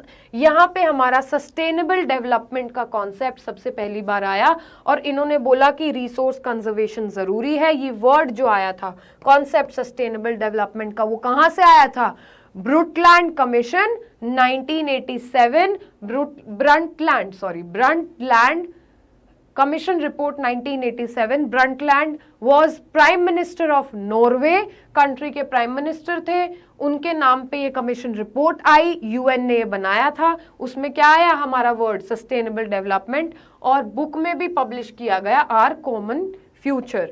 इसको एडवोकेट किया कि रिसोर्स कंजर्वेशन होना चाहिए, और एक बुक पब्लिश हुई इसके ही अंतर्गत, उसको बोलते हैं our common future. Another significant contribution था अर्थ समिट, जिसके बारे में हमने पढ़ा रियो डी जनेरियो में, Brazil 1992, right. I hope this is clear. फिर आता है लैंड रिसोर्सेज, हमारे पास कैसे बटे हुए हैं हमारा लैंड। देखो इंडिया का लैंड जो डिफरेंट रिलीफ फीचर्स हैं उसके अंडर कैसे बटा हुआ है। प्लेन्स है हमारे पास बेटा, सबसे ज्यादा जो लैंड हमारा है इंडिया का वो प्लेन्स के अंडर है, ठीक है। एग्रीकल्चर पर्पसेस में सबसे ज़्यादा इसको यूज़ किया जाता है, इंडस्ट्री पॉपुलेशन सबसे ज़्यादा रहती यहाँ पे है। फिर माउंटेन्स आते हैं हमारे 30%, इनसे रिवर का फ्लो मेंटेन होता है, ठीक है। टूरिज्म है हमारा माउंटेन्स पे। प्लेट्यूज आते हैं 27%। प्लेट्यूज क्या लैंड फॉर्म होती है, जो प्लेन से थोड़ा सा एलिवेटेड एरिया होगा, स्लोपी एरिया होगा, उसको प्लेट्यूज बोलते हैं। प्लेट्यूज जनरली इंडिया की प्रिसाइजली बात करें तो are very rich in what, mineral resources. Jharkhand हुआ, छत्तीसगढ़ हुआ, ये वाला area is majorly counted in that. हमारा और कौन सा मेजर प्लेट्यू है, Deccan plateau is the largest plateau of India, ठीक है। तो ये इसके अंडर 27% है। आगे हम बात करेंगे कि लैंड यूटिलाइजेशन हम इंडिया में कैसे करते हैं। ये आई होप सबको क्लियर हो गया है। Division 43%, 30% and 27%। ये 100% लैंड यूटिलाइजेशन है इंडिया का। फिर हमारे रिसोर्सेज हम यूज कैसे करते हैं पर्पसेस के हिसाब से। पहली बात तो हमारे पास फॉरेस्ट है, पहली बात तो ये जो तू फॉरेस्ट का यूज करती है, ठीक है, फॉरेस्ट है हमारे पास। फिर दूसरी कैटेगरी लैंड की आ जाती है, लैंड जो कल्टीवेशन के लिए, खेती बाड़ी के लिए अवेलेबल नहीं है। उसमें दो कैटेगरीज हैं, जो ऐसे ही बंजर जमीन पड़ी हुई है, बैरन लैंड, या फिर जो एग्रीकल्चर यूज में नहीं हो रहा है वो लैंड इसमें आ जाता है। बिल्डिंग्स, रोड्स, फैक्ट्रीज के अंडर जो हम यूज करते हैं। फिर अदर कैटेगरी आती है हमारी, other uncultivated land excluding fallow land. अब इन दोनों में डिफरेंस अभी समझाती हूं मैं आपको। इसमें क्या होता है, permanent pastures and grazing land, जो घास चरने का एरिया, जो पैस्चर लैंड होता है, पशुओं के लिए छोड़ दिया जाता है। फिर दूसरा आता है, ये भी कल्टीवेशन में नहीं है, दूसरी कैटेगरी आती है जहां पे मिसलेनियस ट्री, क्रॉप्स, ग्रूव्स, छोटे मोटे पौधे जो उगे हुए हैं, जहाँ पे पेड़ पौधे, इसको हम नेट सोन एरिया, जो ये कैटेगरी है हमारी, इसमें इंक्लूड नहीं करते हैं, ठीक है। फिर हमारी थर्ड कैटेगरी ही इसकी आती है, culturable wasteland, left uncultivated for more than 5 agriculture years. देखो कल्चरेबल वेस्टलैंड और जो फैलो लैंड्स है, इनमें क्या डिफरेंस है। ये भी वो लैंड है जो खेती बाड़ी के लिए, एग्रीकल्चर पर्पस के लिए 1 साल तक यूज ना किया जाए, या लेस 1 साल से कम अगर यूज नहीं कर रहे हैं, उसको हम करंट फैलो लैंड बोलते हैं। मतलब फैलो लैंड भी वो है जो एग्रीकल्चर यूसेज में नहीं है। दूसरी कैटेगरी हमारी करंट फैलो लैंड की, उसको हम अनकल्टिवेटेड छोड़ते हैं, किस लिए, 5 साल तक, 1 से 5 साल के बीच तक, ठीक है।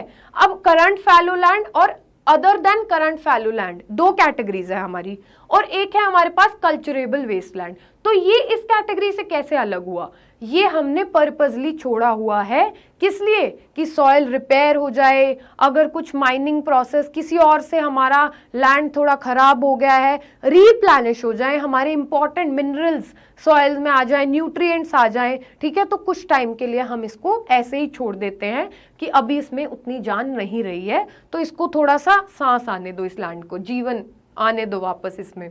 तो ये होता है 1 साल के, 1 साल से कम, या फिर 1 से 5 साल तक। तो ये दो कैटेगरीज हैं। अब कल्चरेबल वेस्टलैंड भी वो है कि जो अनकल्टिवेटेड छोड़ा हुआ है 5 साल तक, मोर देन 5 एग्रीकल्चर ईयर्स। अब ये क्या है, इसकी हालत थोड़ी ज्यादा खराब है, ठीक है। यहाँ पे कल्टीवेशन नहीं हुई है क्योंकि यहाँ पे मे बी घास फूस, कांटेदार पेड़ पौधे, गंदी क्वालिटी का जो लैंड बच जाता है, जिसमें पोटेंशियल है कि इसको अगर हम अच्छे से यूटिलाइज करेंगे, टेक्नोलॉजी की मदद से इसको हम दोबारा से उस कैटेगरी में ला सकते हैं जहां पे हम इसको कल्टीवेट कर सकें। तो इसको क्या करते हैं, इसकी जर्जर हालत को देख के इसको 5 साल से भी ज्यादा तक नॉन कल्टीवेटेड उसमें रखते हैं। तो इसलिए ये क्या आता है, अदर अनकल्टीवेटेड लैंड में आता है। जो ये land miscellaneous extra trees, crop, छोटे छोटे ग्रूव्स वगैरह के लिए जो है, इसको हम नहीं इंक्लूड करते, किसमें,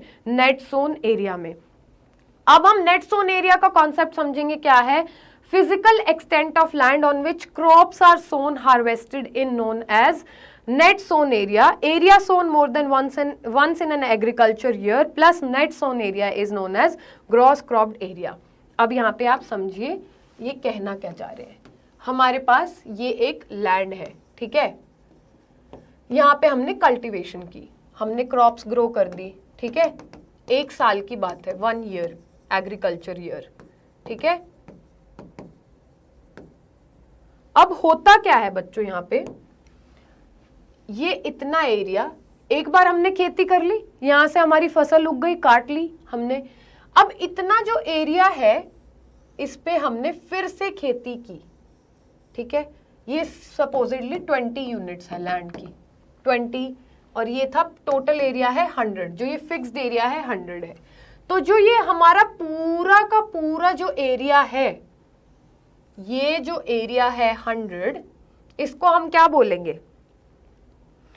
Physical extent of land on which crops are sown, harvested is known as net sown area. Area sown more than once in an agriculture year plus net sown area is gross cropped area. जो ये पूरा है ना जिस पे खेती हुई है, ठीक है, इसको हम बोलते हैं नेट सोन एरिया। ये है 100 हमारे पास एक एग्रीकल्चर ईयर में। अब इस पे दोबारा फिर से खेती हुई है, तो जो ये पूरा एरिया होगा हमारा, उसको क्या बोलेंगे हम? Gross cropped area.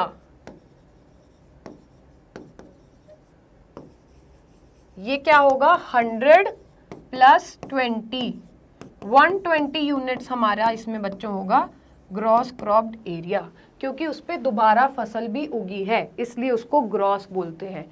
जो चीज पूरा नेट, कि यार एक जमीन का टुकड़ा जिसपे एक एग्रीकल्चर ईयर में खेती हुई है, उसको हम 100 यूनिट्स में काउंट करते हैं। इसीलिए बोलते हैं जो फिजिकली लैंड अवेलेबल है जिसपे क्रॉप्स उगाई गई हैं, उसको तो हम बोलते हैं नेट सोन एरिया, और जो वो एरिया है जिसपे मोर देन वंस क्रॉप उगाई गई है along with net sown area, उसको हम बोलते हैं 120 यूनिट्स। ये एग्जाम्पल है।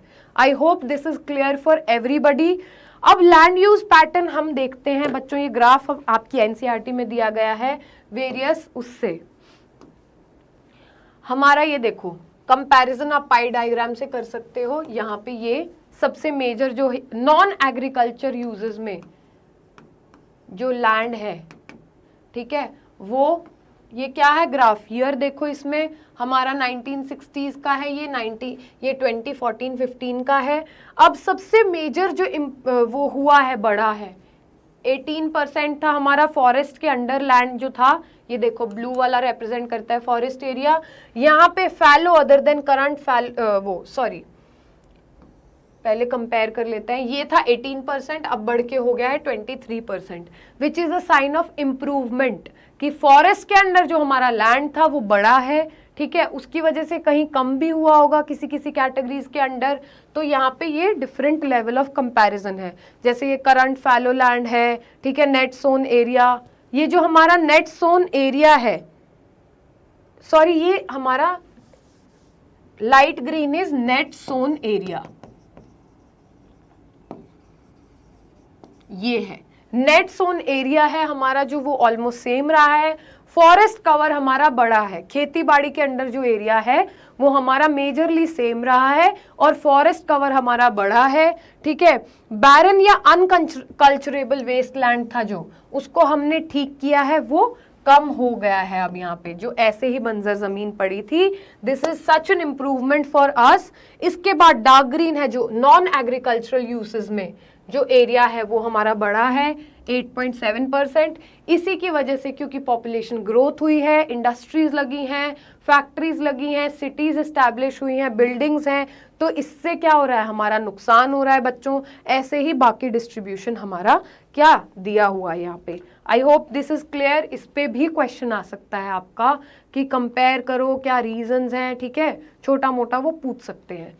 अब जब लैंड डिग्रेड होता है तो उसके रीजंस क्या है और उसको हम कंजर्व कैसे कर सकते हैं, ये देखो। अब लैंड डिग्रेड कैसे होगा, जब हम जमीन काटेंगे, फॉरेस्ट काटेंगे, ठीक है, उसकी वजह से सॉइल इरोजन होगा, लैंड डिग्रेड होगा हमारा, ठीक है। और ओवर ग्रेजिंग अगर करेंगे, पशु हम उसको वो करेंगे, बढ़ावा देंगे, उससे हो सकता है।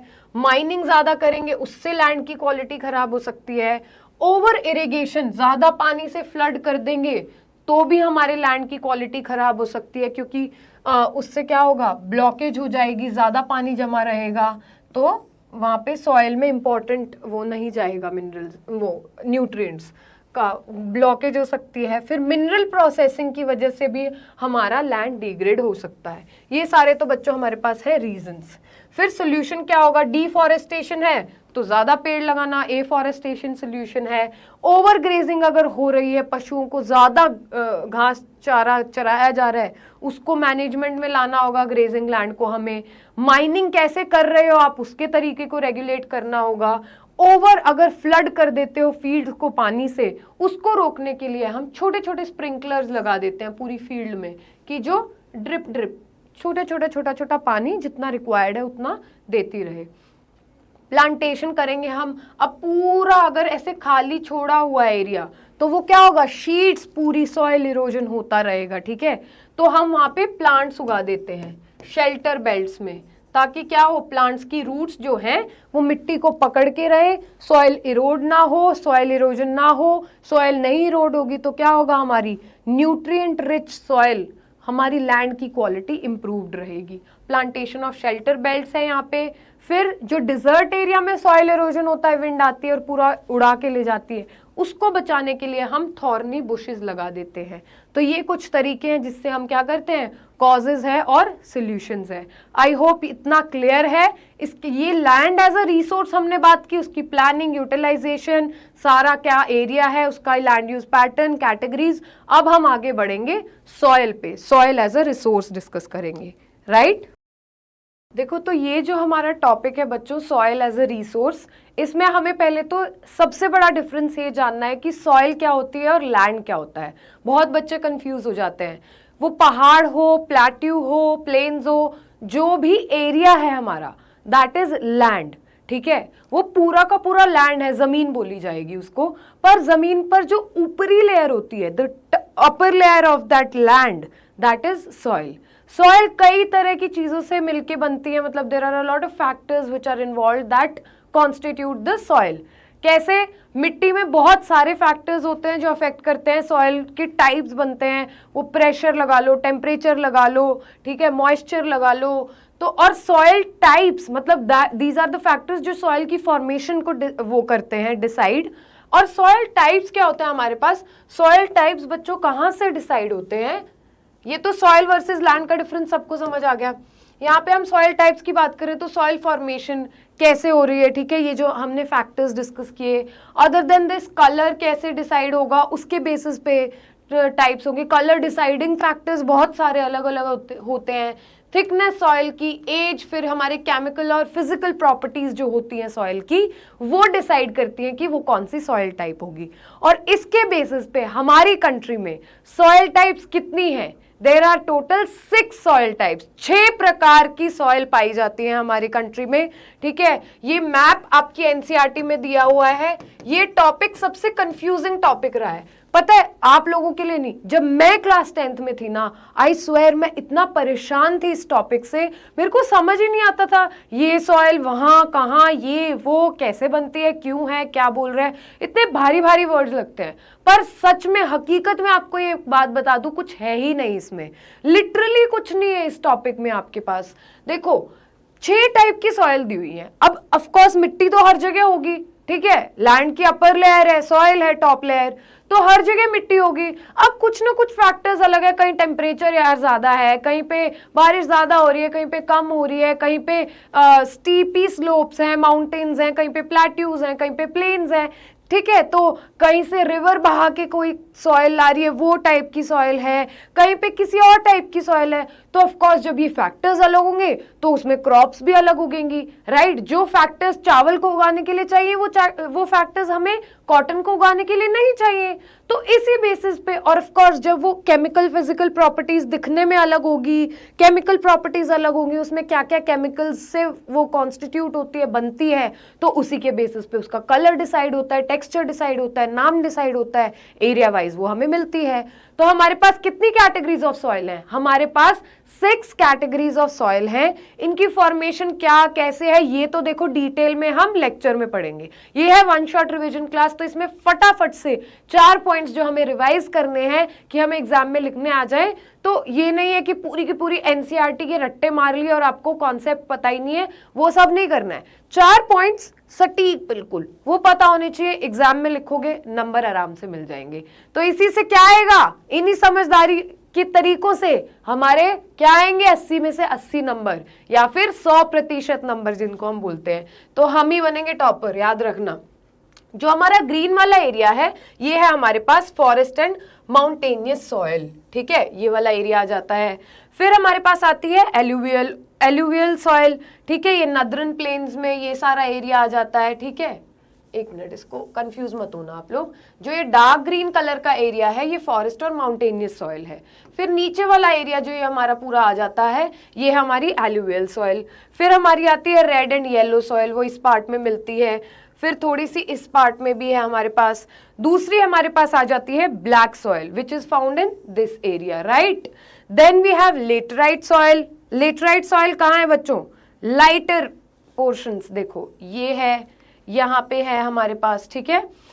दूसरा फिर हमारे पास आ जाता है एरिड सॉइल विच इज यहाँ पे लाइट येलो कलर की।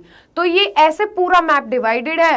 ऑफ कोर्स कलर कोडेड तरीके से याद करना है किस किस स्टेट्स में है। अगर आपको स्टेट्स का पता होगा, इतना जो महाबेवकूफ महागधा बच्चा होगा, मैं ये बात बोल रही हूँ, उसको 10th क्लास में इंडिया में कौन कौन से स्टेट्स हैं ये भी नहीं पता होंगे, तो उसके लिए तो देखो ऑफ कोर्स बहुत मुश्किल है।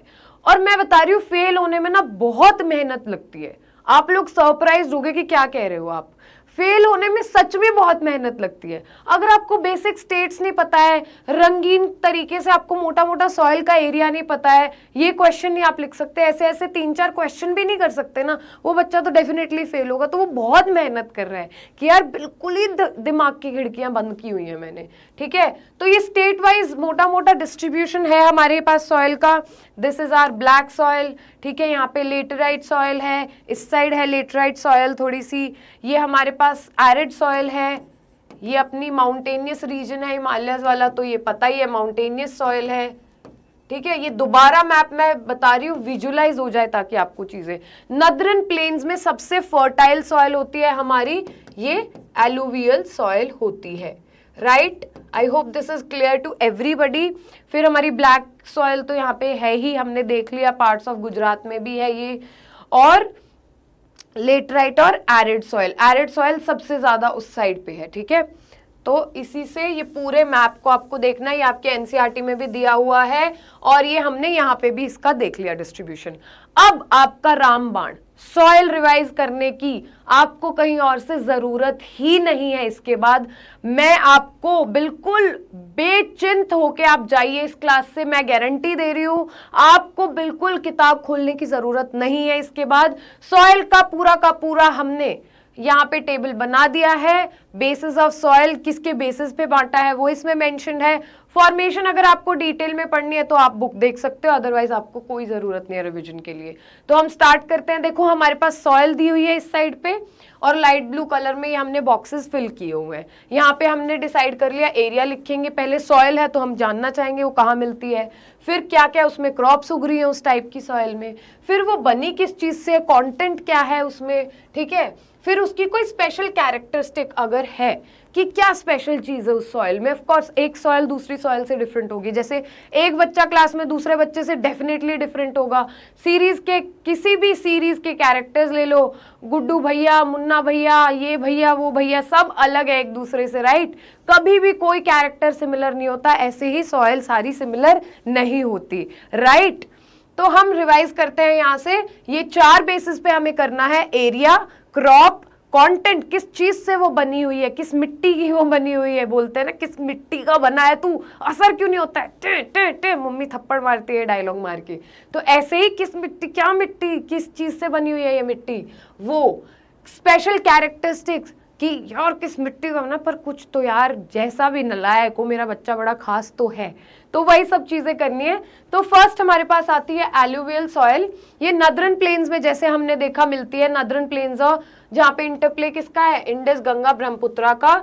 ये देखो ये रही हमारी एलुवियल सॉइल, ठीक है, ये यहाँ मिलती है। क्रॉप्स क्या उगती है इसमें, paddy, wheat, sugar cane and other cereals. फिर हमारे पास कंटेंट क्या है, सिल्ट, सैंड, क्ले इसकी बनी होती है, पोटैश, फॉस्फोरिक एसिड और लाइम इसमें बहुत ज्यादा होता है।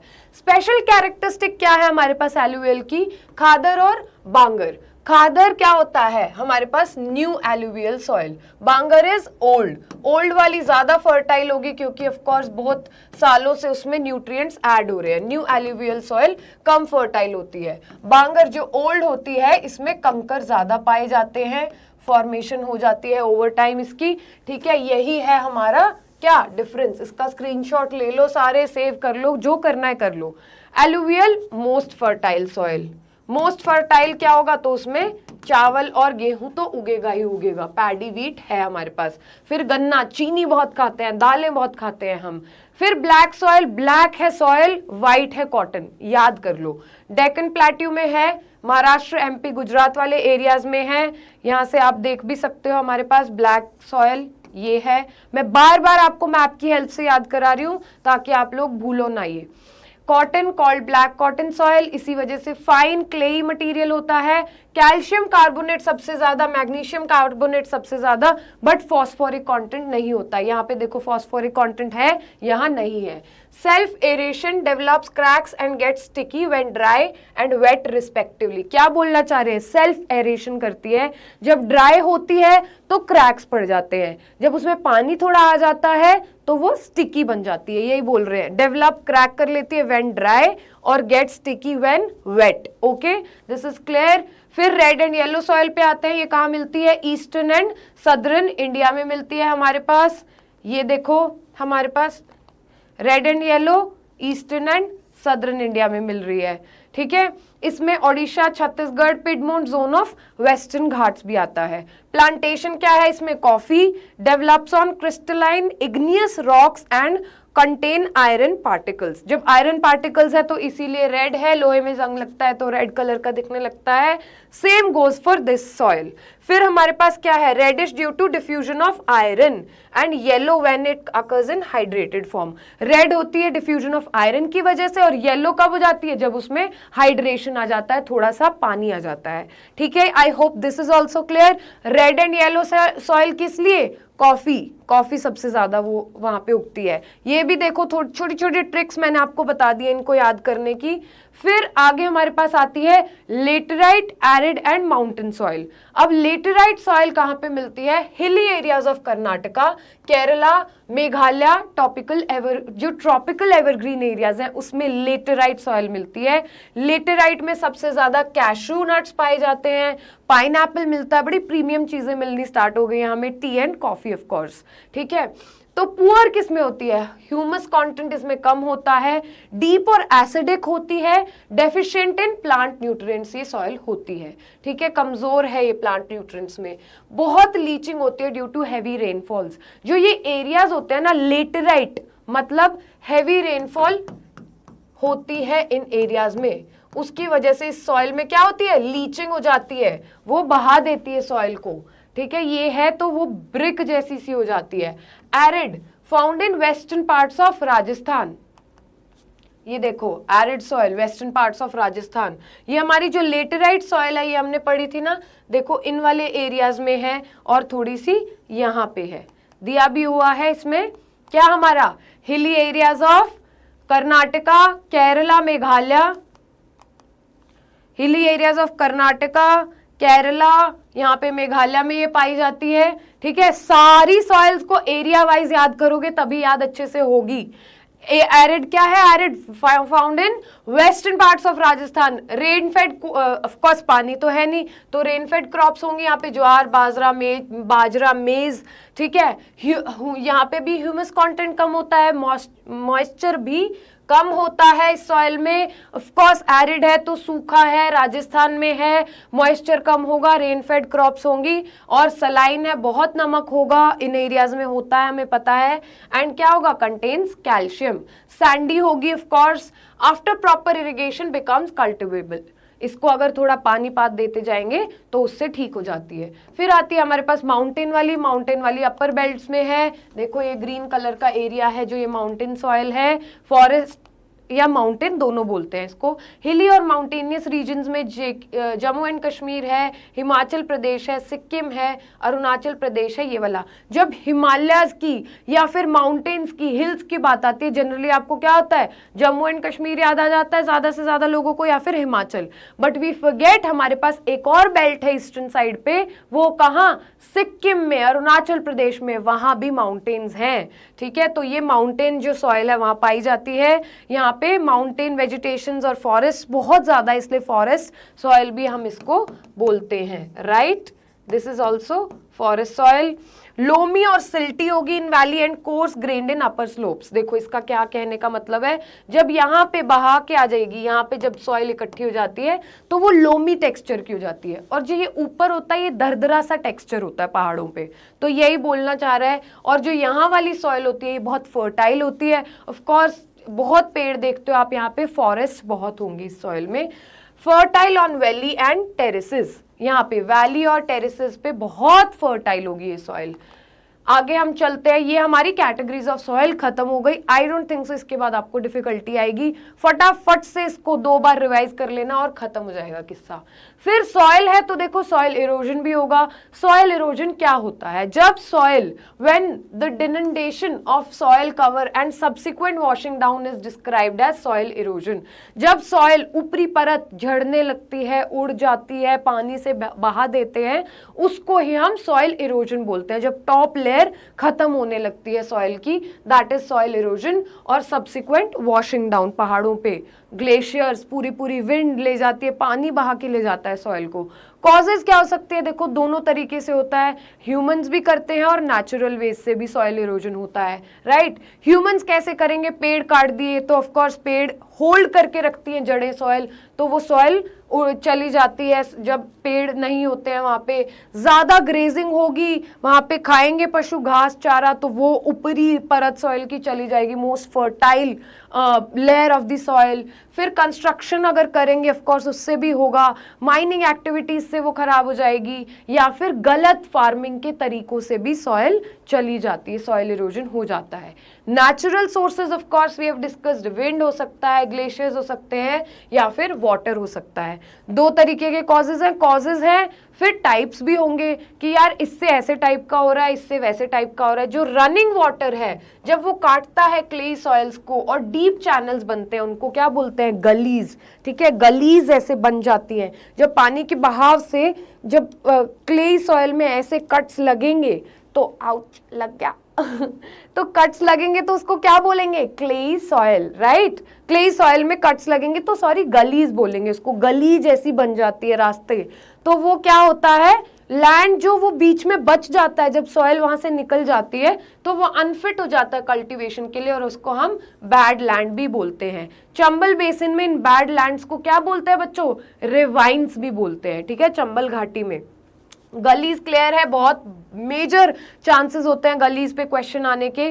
फिर कभी कभी क्या होता है, वाटर जो है अपने साथ बहा के वॉश करके ले जाता है ऊपरी परत सॉइल की, उसको हम क्या बोलते हैं, यहाँ पे देखिए, in such cases the top layer is washed away, this is known as sheet erosion. पूरी की पूरी वो शीट की तरह बहा दिया, जैसे ड्राइंग का पन्ना पलट दिया ना, पूरी शीट चली गई, that is what, sheet erosion. फिर विंड ब्लो करती है लूज सॉइल को ऑफ फ्लैट और sloping land, known as wind erosion.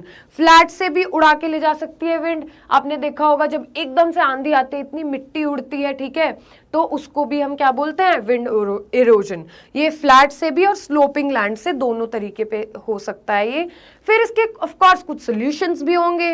अब हमने देखा यार हमारी तो सॉइल वेस्ट हो रही है और इसको इतना रिसोर्सफुल बनने में, इतने न्यूट्रिएंट रिच बनने में इतने साल लग जाते हैं, तो ये क्या हो रहा है, ये तो गलत हो रहा है। तो हमें क्या करना पड़ेगा, इस मेथड को रिवर्स भी करना पड़ेगा। तो उसके लिए हमारे पास बहुत सारे तरीके हैं जो हमने इजाद किए हैं।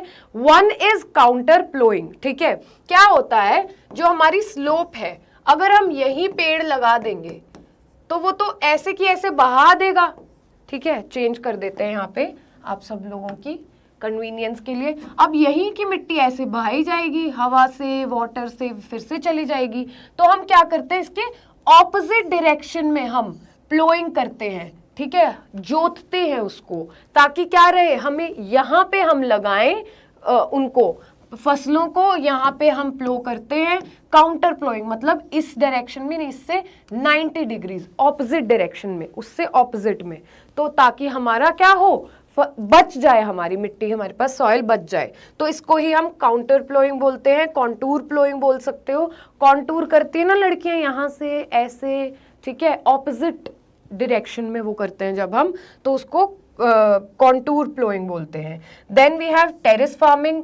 जब क्या करते हैं, पहाड़ों पे आप बहुत सब लोग घूमने गए होंगे, तो क्या होता है, ऐसे स्टेप्स में खेती करते हैं लोग, पहाड़ को ऐसे काट देते हैं और फिर यहाँ पे ऐसे पेड़ उगाते हैं इन स्टेप्स पे।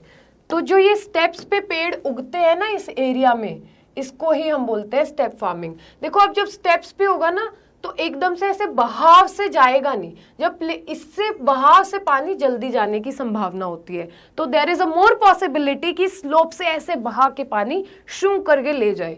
तो वो पॉसिबिलिटी हम कैंसिल कर देते हैं, किससे, टेरेस फार्मिंग से। Then we have strip farming and shelter belts.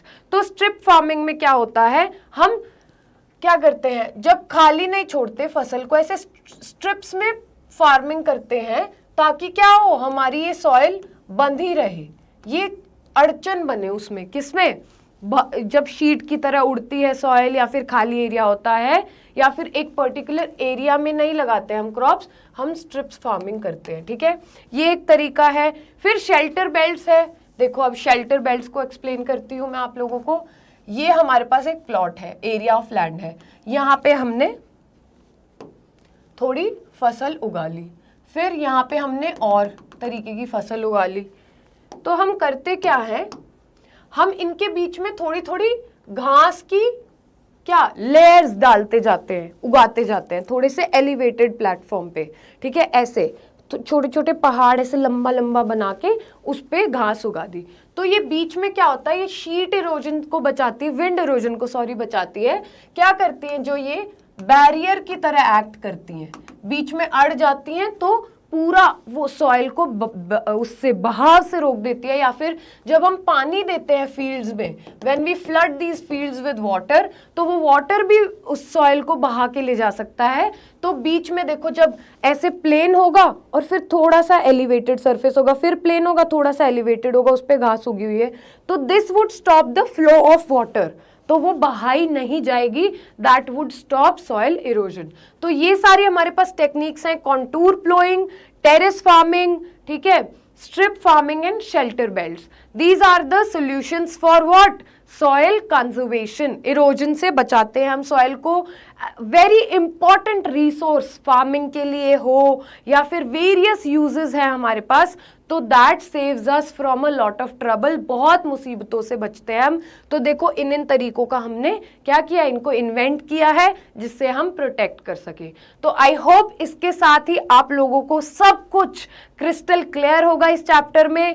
Soil का सबसे बड़ा प्रॉब्लम होता था, वो मैंने आपका सॉल्व कर दिया है। अपने पास टेबल है, इसका स्क्रीनशॉट ले लो या फिर इसको सेव कर लो, whatever you want to do it. बस क्या है मतलब, हमें अल्टीमेटली रिजल्ट्स लाओ, पढ़ो अच्छे से, कोई दिक्कत नहीं होनी चाहिए। And if you have any problem, कोई समस्या है, परेशानी है, तो मैं बैठी हूं ना, की फिक्र दी गल है, मैं हूं, ठीक है, तो आप लोग मुझे कांटेक्ट कर सकते हो कि कैसे, कमेंट बॉक्स में कमेंट करो, कुछ भी प्रॉब्लम है you can always reach out to me and I am always there for you guys. हमेशा मैं अपने प्यारे प्यारे बच्चों के लिए हूँ, as your host, as your दोस्त, ठीक है, आपका अपना मेंटोर कीर्ति मैम। तो कोई भी समस्या हो तो बताना। With this, thank you very much, stay tuned for the next lecture. Bye guys.